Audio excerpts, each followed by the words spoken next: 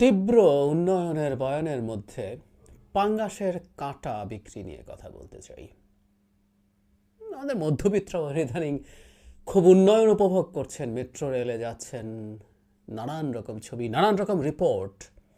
সারা ঢাকায় metro rail হয়ে যেতে হবে, তাহলে কি কি সুবিধা পাওয়া যাবে, এসব আলাপে ব্যস্ত আছে। এর মধ্যেই অনেকটা নীরবে এই শহরে পাঙ্গাসের কাঁটা বিক্রি হচ্ছে।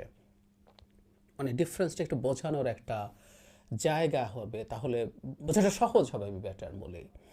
আমাদের মনে আছে একটা ভিডিওর কথা, একটা ভিডিওটা ভাইরাল হয়েছিল। একটা শিশু রিফাত, তাকে জিজ্ঞেস করা হচ্ছিল জাতীয় মাছ কি। অসাধারণ মায়াময়, অসাধারণ আদুরে গলায় সে ফাঙ্গাস মাছের কথা বলেছিল, জাতীয় মাছ পাঙ্গাস।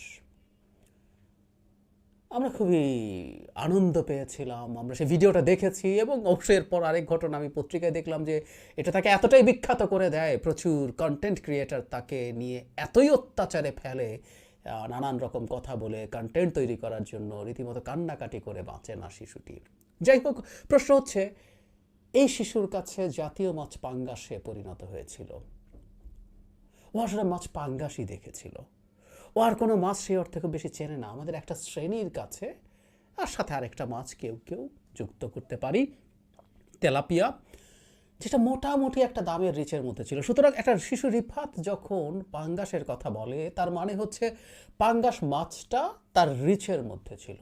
120, 25, 30 টাকায় পাঙ্গাস মাছ এই কয়দিন আগেও পাওয়া যেত। সো ওই মাছটা গরিবের এক ধরনের পুষ্টির জায়গায় ছিল। তারপর পাঙ্গাস মাছ 250 টাকায় চলে গেল, আবার একটু কমেছেও, কিন্তু মানুষের ক্রয় ক্ষমতা, আমরা প্রায় একটা কথা বলি না দুর্ভিক্ষ নিয়ে, দুর্ভিক্ষ কোনোদিন সরবরাহের সংকটে তৈরি হয় না, দুর্ভিক্ষ তৈরি হয়, এটা অমর্ত্য সেনের গবেষণা।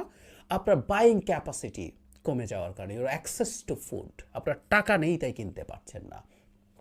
মাছের কাটার খবরটা একটু পড়ি, এটা বাংলাদেশে, একটু পড়ি। আপনি যদি কখনো যাত্রাবাড়ি গিয়ে থাকেন, তাহলে এলাকাটির ঠিক মাঝখানে অবস্থিত মাছ বাজারের কথা আপনার হয়তো জানার কথা। এটা দ্য বিজনেস স্ট্যান্ডার্ডের একটা রিপোর্ট, বাংলা ভার্সনে। এই বাজারে কিছু দোকানিকে দেখা যাবে পাঙ্গাস মাছের কাঁটা বিক্রি করতে। কাঁটা সহ মাছের মাথা থেকে লেজ পর্যন্ত সম্পূর্ণ থাকলেও মাছ বলতে তেমন কিছুই থাকে না এতে। ছোট এই টুকরাগুলোর প্রতিটির দাম 20-30 টাকা। দ্রব্যমূল্যের ঊর্ধ্বগতির এ বাজারে অনেক পরিবারের কাছে এটাই ভরসার জায়গা হয়ে দাঁড়িয়েছে। বাজারে প্রতি কেজি পাঙ্গাস মাছের দাম 150 থেকে 220 টাকারও বেশি। অনেকেরই একটি মাছ পুরোটা কেনার সামর্থ্য থাকে না, তাদের জন্য ছেটে ফেলা মাছই একমাত্র অবলম্বন। ক্রেতারা যারা এই মাছের কাঁটা কেনেন, তারা সাধারণত মুড়ি ঘন্ট রান্না এটি ব্যবহার করে থাকেন। স্থানীয়দের মতে বাজারে পাইকারি মাছ সরবরাহে রাজীব ফিশ সাপ্লাইয়ের ব্যবসার সঙ্গে পরিচয় করে দেয় একজন দোকানদারি। রেস্তোরাঁগুলো কাঁটাবিহীন পাঙ্গাস বিক্রি হয় 400 টাকা কেজি দরে। এসব মাছের বেঁচে যাওয়া কাঁটাগুলোই চলে এই বাজারে। 2 সন্তানের মা 37 বছর বয়সী জেসমিন মাছের কাঁটা কিনতে লাইনে দাঁড়িয়েছেন। তিনি বলেন, আমার গোটা মাছ কেনার সামর্থ্য নেই, তাই মাছের এই অবশিষ্ট কাঁটাই কিনি, অন্তত মাছের ঘ্রাণ আর একটু স্বাদ পাওয়া যায়। মাছের মাংস অংশ কেটে নেওয়ার পর খুবই সামান্যই থেকে যায় কাঁটার গায়ে। এর সঙ্গে ডাল মিশিয়ে তৈরি হয় পাঙ্গাস মাছের মুড়িঘণ্ট। অনেক সময় এটি জেসমিনের পরিবারের একমাত্র প্রোটিনের উৎস। জেসমিনের মতো আরও অনেক পরিবারেরই এমন অবস্থা। রাজীব ফিশ সাপ্লাইয়ের এক দোকানের ভাষ্য অনুযায়ী তিনি প্রতিদিন 500টির বেশি মাছের কাঁটা বিক্রি করেন। 59 বছর বয়সী রিক্সা চালক ইদ্রিস দ্রব্যমূল্যের এই বাজারে পাঙ্গাস মাছ খাওয়ার কথা স্বপ্নেও ভাবতে পারেন না। পাঙ্গাস মাছ এখন আর স্বপ্নেও ভাবতে পারেন, অন্য মাছের কথা বাদই দিলাম, পাঙ্গাস মাছ। তার পরিবার শিশুটা জাতীয় মাছ পাঙ্গাস আর বলবে না। ঘরের সবাই প্রতিদিন ডিম খেতে খেতে বিরক্ত, তাই সপ্তাহে 2 বার কেনা হয় এই কাঁটাগুলো। আলুর দাম ছিল 20 টাকা কেজি, তার দাম এখন 40-45 টাকা। কিছুদিন আগে আরও দাম 60 টাকা ছাড়িয়ে গিয়েছিল। আমাদের মতো দিনমজুরদের জন্য এই বাজারের পরিস্থিতি টিকে থাকা বেশ কঠিন হয়ে পড়ছে। কি খাবো আমরা? সুতরাং মাছের কাঁটা। উন্নয়নের গল্প আমরা খুব শুনি এবং আমরা খুব বলতে শুনি কেউ কি না খেয়ে আছে। আমি এই কথাটা রীতিমতো তাচ্ছিল্যের ঢঙে আমি প্রচুর শুনেছি, প্রচুর টকশোতে গেছি আওয়ামী লীগের লোকজনের সাথে, তারা খুব বড় গলায় এই কথা বলে। আওয়ামী লীগের লোকজনকে বিভিন্ন সময় একই ধরনের কথা বলার চেষ্টা করা হয়েছে, দেখা গেছে। আমাদের এই একটা সংকট চলছে বেশ কিছু বছর থেকে।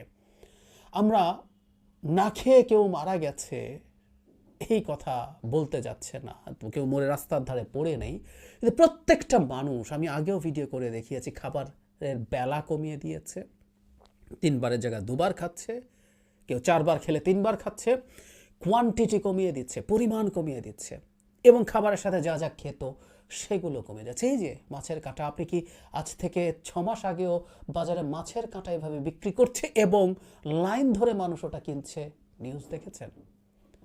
আমরা বলি, অনেকেই বলি, আমি অনেককে পার্সোনালিও বলতে শুনেছি, অর্থনীতি কি এত খারাপ আছে, বলতে শুনেছি। যারা আওয়ামী লীগ করেন না তাদের মধ্যেও বলতে শুনেছি। আসলে আমাদের তো দেখা হয় না, তাই না?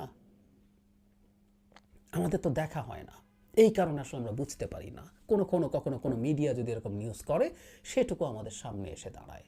সো মাছের কাঁটা এখন লাইনে দাঁড়িয়ে আমরা কিনি।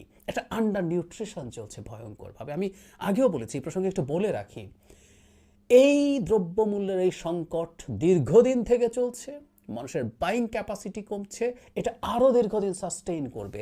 এই সময়ের মধ্যে যে শিশুরা বিশেষ করে বেড়ে উঠবে, তারা প্রচণ্ড অপুষ্টিতে ভুগে বেড়ে উঠবে, এবং শিশুকালে বা শৈশবের সময়কার যে অপুষ্টি, যেটা আপনার শারীরিক গঠনকে যথেষ্ট শক্তিশালী করবে না, শরীরের এক্সটার্নাল অর্গানস, ইন্টারনাল অর্গানস, আপনার যাবতীয় অঙ্গগুলো যথেষ্ট পরিপুষ্ট হবে না, ফলে পরবর্তীতে তারা অ্যাডাল্টহুডে যাওয়ার পর যদি যথেষ্ট পুষ্টি তারা পেয়েও থাকে, এই যে সংকট তৈরি হয়েছে, এই যে তার অপুষ্টিজনিত সংকট তৈরি হয়েছে, এটা আসলে আর খুব বেশি রিকভার্ড হয় না।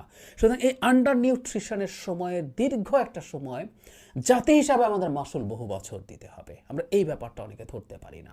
এই শিশুগুলো কয়েক বছরের মধ্যে যখন এরকম পরিস্থিতির মধ্য দিয়ে যাবে, কথা ছিল বাকি সে জীবন, অন্তত আমাদের প্রোডাক্টিভ লাইফকে আমরা ধরি 64 পর্যন্ত এখনকার যে আন্তর্জাতিক হিসাব, তাহলে এই দীর্ঘ সময়ের জন্য কোটি কোটি মানুষ এই ধরনের একটা পরিস্থিতির মধ্যে ঢুকে যাচ্ছে, যারা ভবিষ্যৎ বাংলাদেশের সংকটের মধ্যে থাকবে।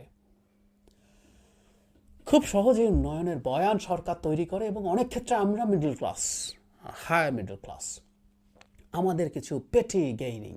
আমি দক্ষিণবঙ্গে থাকি, আমি পদ্মা ব্রিজের উপর দিয়ে গেছি, আমার বাড়িতে যাওয়ার সময় কমে গেছে, তাতে আমি ভীষণ খুশি হয়ে গেছি। এবং আমার যেহেতু লাভ হয়েছে, ওই পদ্মা সেতুতে কত লুটপাট হয়েছে, সেই লুটপাটের টাকা দিয়ে আর কি হতে পারত, কিভাবে আমার দেশের অনেক মানুষের জীবনকে ভালো করা যেত, আমরা ওই আলাপ করি না। আমরা মেট্রো রেল তৈরি হলো, মেট্রো রেলটা এখনই দরকার ছিল কিনা, এখনই আমরা অন্য কোনো পথে আমরা একটা ডেডিকেটেড বাস ট্র্যাক তৈরি করে সেই সমাধান করতে পারতাম কিনা, দাম কত বেশি খরচ করলাম, আমাদের আরও এতগুলো মেট্রো রেল, আরও আন্ডারগ্রাউন্ড মেট্রো রেল, সহজে আন্ডারগ্রাউন্ড মেট্রো রেলের কাজও শুরু হয়েছে। আমার যেহেতু সুবিধায় লাগছে, আমরা সেগুলো নিয়ে উচ্ছ্বাসে মেতে থাকি। অথচ আমাদের এই অঞ্চলে, আমাদের শহরের বাইরে টিসিবির লাইন, ওএমএসের ট্রাকের লাইন, চালের লাইন লম্বা হচ্ছে ক্রমাগত, আমাদের চোখের সামনেই হচ্ছে। ওখানে গরিব না, নিম্ন মধ্যবিত্ত, মানে পোশাক দেখলে আমরা তাকাই না, আসলে আমি তাকাই এই লাইনগুলোর দিকে, তাকিয়ে দেখব আমরা এই ধরনের মানুষ, নিম্ন মধ্যবিত্তরা ওই লাইনে গিয়ে দাঁড়াচ্ছে, মাছের কাঁটা বিক্রি হচ্ছে, ওটা দিয়ে মুড়িঘণ্ট তৈরি করে কিছুটা প্রোটিন পাওয়া যায়, এবং মাছের ঘ্রাণ, একজন নারী বলছেন, তাই না, কিছুটা স্বাদ, কিছুটা ঘ্রাণ পাওয়া যায়।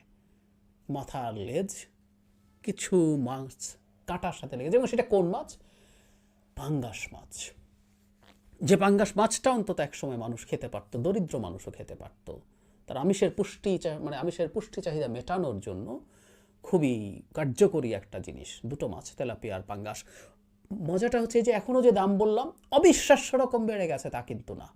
একবার 250 টাকাও হয়েছিল, এখনও আগের চাইতে অনেক বেশি। তার মানে মানুষের বাইং ক্যাপাসিটি কমে গেছে। আমি এই জায়গাটায় আসতে চেয়েছিলাম, এই দামে মানুষ কিনতে পারছে না, তার মানে হচ্ছে বাইং ক্যাপাসিটি, তার ক্রয় ক্ষমতা কমে গেছে। বুঝছি, আমি বহুবার বলেছি, দেশের অর্থনীতির গতিকে সরকার কমিয়ে ফেলছে তার ডলার সংকট থেকে বাঁচার জন্য। তাতে তার আমদানি কমবে, আমদানি কমা মানে ডলারের চাপ কমা, এসব করে সে অর্থনীতিটাকে একটা প্ল্যান বা প্রোগ্রাম করে মন্দার দিকে, ঠিক মন্দা মাঝারি বা স্মলার মাত্রা একটা মন্দায় নিয়ে যাবেন। আপনি যখনই ওর মধ্যে মন্দায় নিয়ে যাবেন, খুব স্বাভাবিকভাবে প্রত্যেকটা পেশা ইন্টারকানেক্টেড। যে রিক্সা চালকের কথা বললাম, একটা ছোটো উদাহরণ দিয়ে দেখাই, উনি ওখানে কাঁটা কিনতে এসছেন, ওনার উপার্জন কিন্তু কমে যাবে। ধরুন একজন মানুষ কখনো কখনো প্রয়োজনে, খুব সামর্থ্য নেই কিন্তু বা কখনো প্রয়োজনে রিকশায় উঠে পড়তেন, বা অফিস থেকে ফিরছেন, টায়ার্ড আছেন, উনি রিকশায় উঠছেন যে ওই সময় আমি বাসে ধাক্কাধাক্কি করবো, এবং উনি এটা মোটামুটি অ্যাফোর্ড করতে পারছিলেন।